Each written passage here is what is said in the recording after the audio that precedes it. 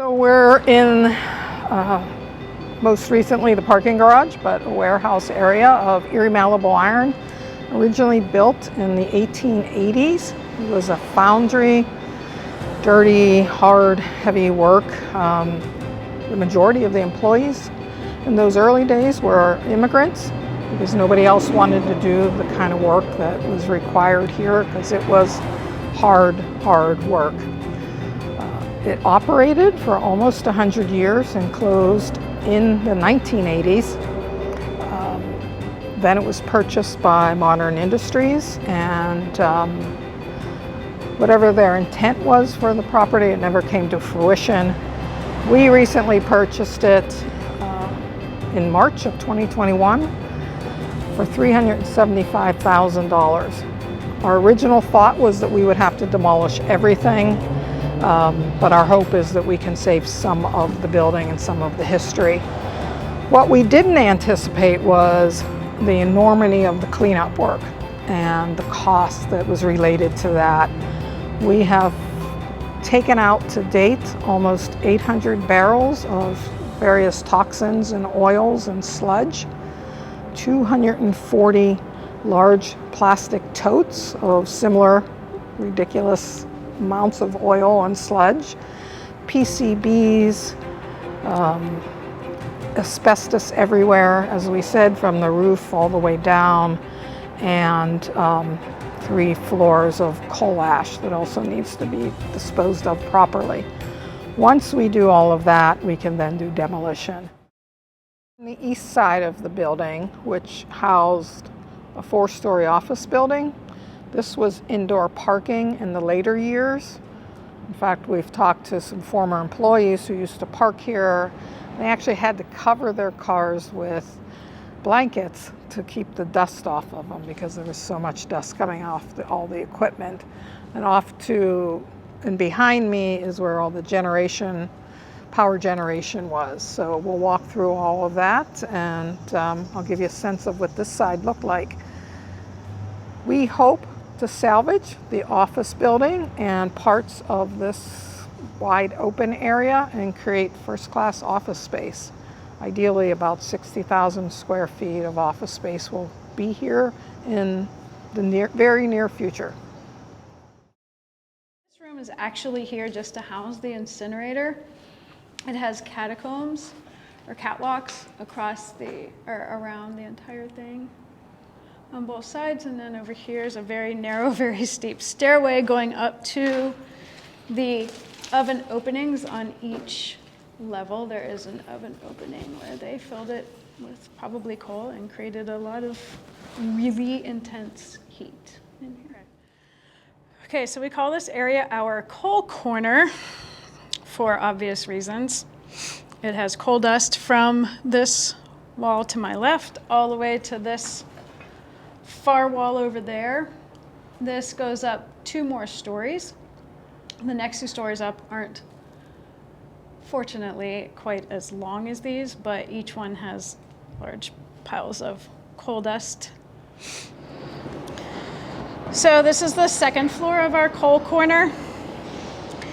And once again, it's just one big long floor of coal dust and broken down brick from what used to be massive chimneys back here. And you can see the chimney over here has started to collapse in. Yep. So lots of collapsing and lots of coal dust. 1 more floor to go. Prep's parking lot. Yeah. And what we'll need to do with all of this coal is somehow remove it before we can do demolition. And it's going to be a very costly venture. Likely 6 figures. There are offices throughout that, as you can see, have been totally destroyed by vandals and looters in an attempt to find any bit of copper or metal. But structurally, this building's very solid, and we believe gutting it, replacing everything can create a nice,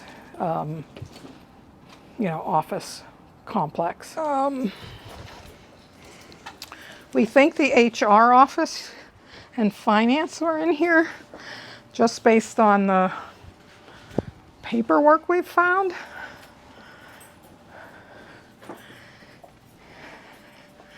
In this room is the mega safe, which they must have had a lot of cash, because as you walk through this, one safe,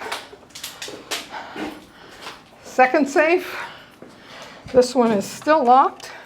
Oh no, this one is the second safe, excuse me. And then there's the third safe that's still locked. So triple safe. We'll probably leave it here because it weighs tons. And it's kind of a cool, history of Erie Malibu iron, whose name is engraved on the, and then these were just file cabinets. So we think this was finance's office, obviously. Why else would you have a triple safe?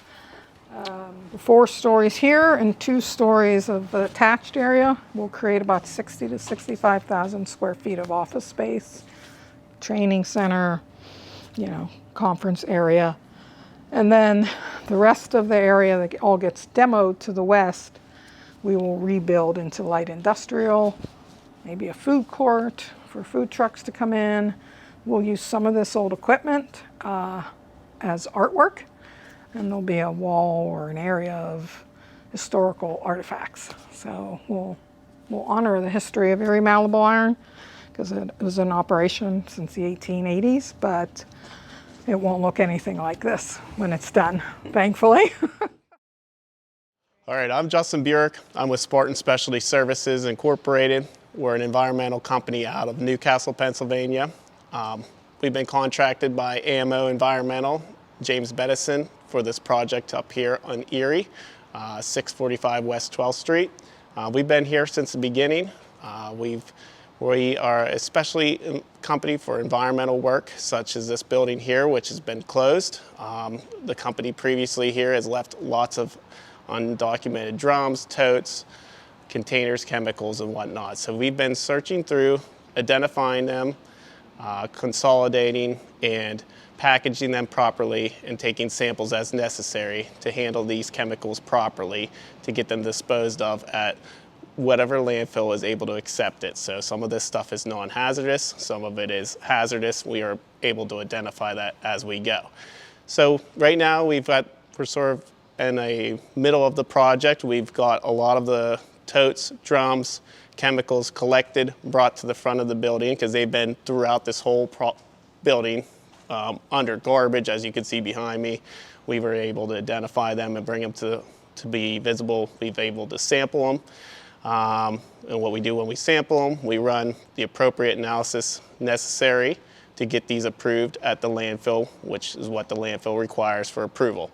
And a lot of the oils, if we're able to recycle them, we can. Same thing with the metal portions of the drums if they're empty. But right now, we are getting down to the last probably 150 so drums and probably 75 totes. We've taken out already well over 600 drums and close to 100 totes at this point so far. But it's moving along very well.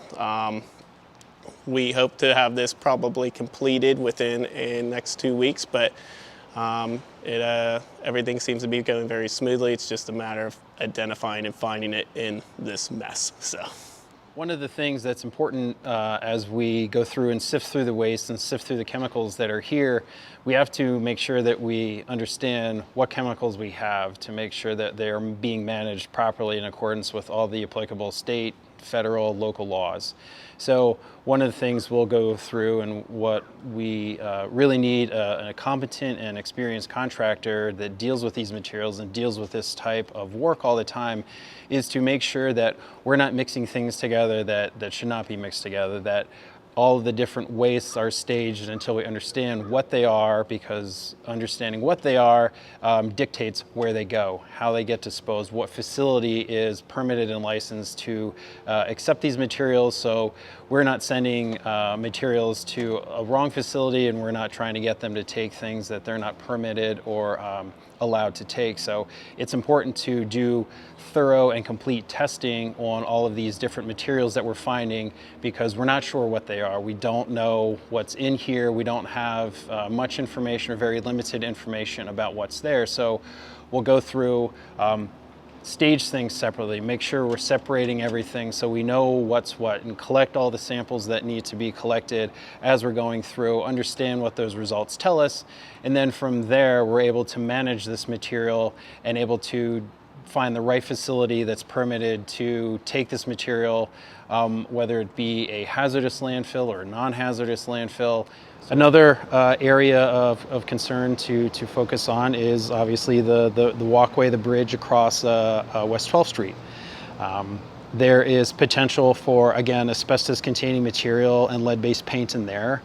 So it's not just a simple, drop it down, take it away. Obviously, it runs over a state road. Lots of different issues with that. So there's not necessarily any primary environmental concerns, but there are certainly human health concerns regarding lead-based paint and asbestos-containing materials in that structure as well. Once we do all of that, we can then do demolition. Our hope was that we could do demolition in the fall. Now we have our fingers crossed we can do it in the winter.